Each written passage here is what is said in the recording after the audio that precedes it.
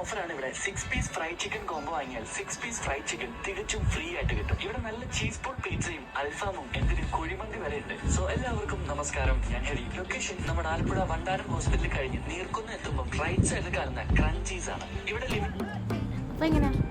വിട്ടാലോ?